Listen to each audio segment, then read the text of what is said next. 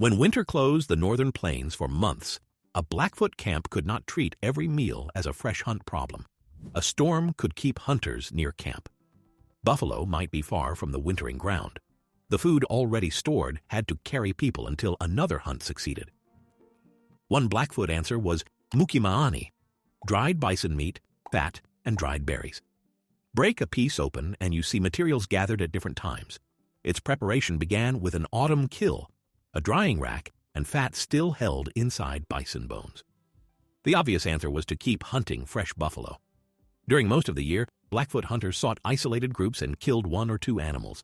But fresh meat alone remained tied to timing. A herd could move beyond reach. Wind and snow could slow travel. Hunters could return without an animal. The camp could not eat tomorrow's successful hunt today. In early autumn, a large kill created the opposite problem. There could be more meat than people could consume while it was fresh. Unless that surplus changed physically, abundance still had a short clock.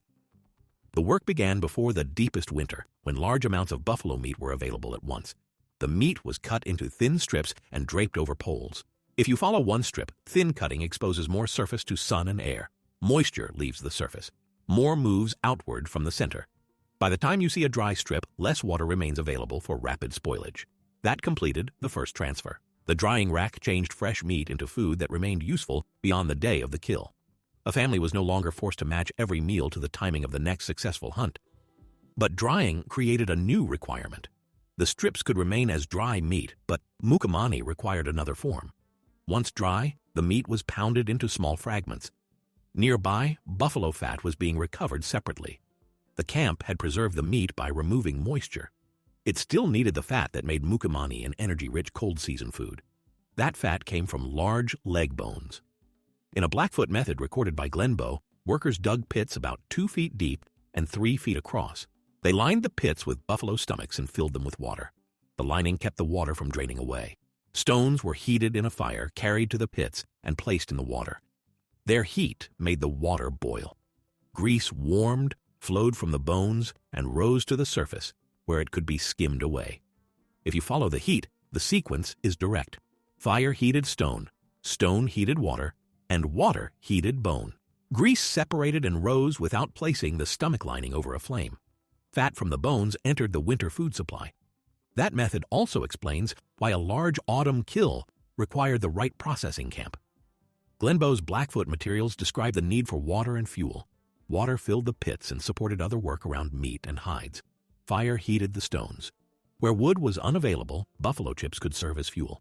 The location of the camp therefore affected whether a large quantity of fresh animal material could be converted before it was lost.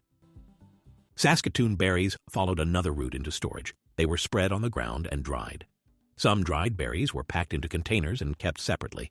Others were crushed and mixed with dried meat and fat to make Mookimaani.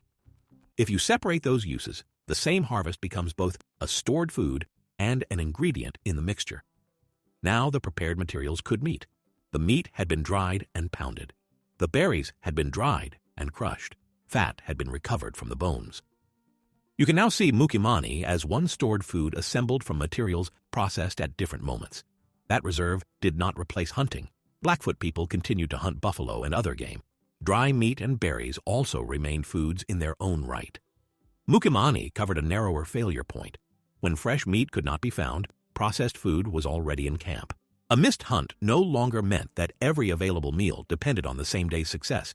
Keeping foods in separate forms preserved options.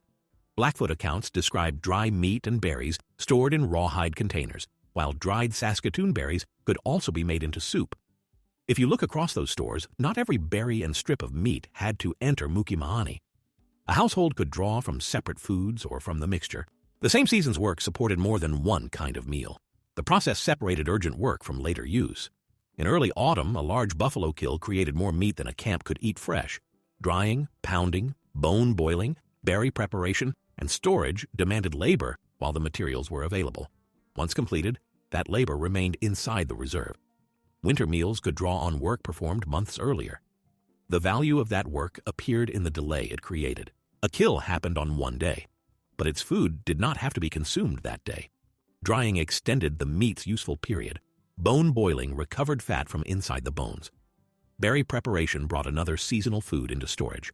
What you're seeing is a brief concentration of animals and ripe plants converted into several reserves. A storm, a distant herd, or an unsuccessful hunt could interrupt fresh supply without immediately emptying the food stores. The system fit a Blackfoot seasonal round in which camps moved to reach animals, plants, water, and wood. Dry meat and berries could be kept in rawhide containers. A family could eat those foods separately, add them to other dishes, or use Mookimaani. The reserve was not one object waiting for catastrophe. It was a set of prepared foods that could be drawn down as conditions changed. Look at the materials before they meet. One pile is dry, pounded meat, another is crushed dried berries. The recovered fat remains separate. The process does not preserve fresh meat by keeping it fresh. It changes the meat before storage begins. They controlled water and energy separately. Drying reduced the moisture available for spoilage, while rendered fat restored concentrated energy without restoring that moisture. If you value this kind of precise indigenous engineering, like the video and stay with Birch. The same winter problem produced a different storage architecture along the Missouri River. Mandan, Hidatsa, and Arikara communities at Knife River combined agriculture with hunting and foraging. Their reserves were organized around Earthlodge villages, drying racks, containers, and cache pits. Women cultivated corn, beans, squash, and sunflowers. After harvest, surplus corn dried on high racks outside the lodges. Some remained on the cob. Some was removed before drying. Beans were shelled. Squash was sliced, strung, and hung on the racks. Sunflower seeds were dried as well. Raising the racks helped keep dogs and other animals away. Once dried, part of the harvest went into containers inside the Earthlodge. Larger quantities went into cache pits. These circular pits were lined with sticks and grass. Corn, beans, squash, wild turnips, and sunflower seeds were arranged inside. The opening was covered with sticks, grass, and earth. Cache pits could stand inside or outside the Earthlodges. A cache pit handled a fixed village surplus. It extended below the lodge floor or the ground outside. Foods were placed so they remained accessible, and a wooden ladder allowed a person to descend into the pit. The covered opening closed the storage space above them. Instead of combining every ingredient into one ration, the pit held large quantities of several dried foods near the household. You can compare the two systems at the point of storage. Both removed moisture before food waited through winter. Blackfoot families kept dry meat, berries, and Mookimaani within a mobile seasonal system. Knife River villagers stored several crops and gathered foods in containers and cache pits near their Earthlodges. At the cooking fire, you can see water return to the system. Corn, beans, squash, turnips, meat, and berries could be boiled, combined, or cooked separately. Water returned during preparation, after storage had done its work. The food crossed the seasonal gap dry, then changed again when a meal required it. Knife River sources also describe another portable form. Dried meat pounded with sunflower seeds and juneberries or chokecherries, then dried into a patty. If you follow that food, it resembles Mookimaani only at a broad mechanical level. Both changed meat and plant foods before storage or travel, but the documented ingredients and preparation were not one universal recipe. The comparison shows parallel problem solving without collapsing distinct nations into a single food tradition. The Knife River system was not farming instead of hunting. Buffalo and other game remained important. Meat was sliced, smoked, or dried, and dried meat could be carried during hunting or scouting. Agriculture provided a stored base that hunting and foraging supplemented. When you compare the risks, that variety matters. A meal did not depend on one crop, one hunt, or one preserved product. Stored garden foods could be combined with dried meat and gathered plants. Hunting could add fresh food when animals were available, while village stores remained in reserve. Security came from the connection between gardens, hunts, drying, and protected storage. Native nations cannot be reduced to one winter diet. Blackfoot preparations followed a mobile, seasonal round connected to buffalo, dry meat, berries, fat, and rawhide containers. Mandan, Hidatsa, and Arikara communities linked cultivated crops and gathered foods to Earthlodge storage while continuing to hunt buffalo and other animals. In both systems, winter food began before winter. A rack moved water out. A container or pit held what remained. Later, fire and water turned preserved ingredients into a meal. You can trace the bowl backward to decisions made when animals, berries, and crops were available. That chain explains why one failed step mattered months later. Meat stored with too much moisture could spoil. Crops not dried or protected could be lost. A reserve too small left fewer choices when hunting became difficult. The winter meal measured the quality of earlier processing. What you see beside the fire might be modest: dry meat, berries, Mookimaani, or a pot assembled from stored crops and meat. Behind it stood a working calendar. Each material was gathered when available, changed physically, and stored in a form suited to a particular community's way of living. Outside the winter camp, the storm has not eased.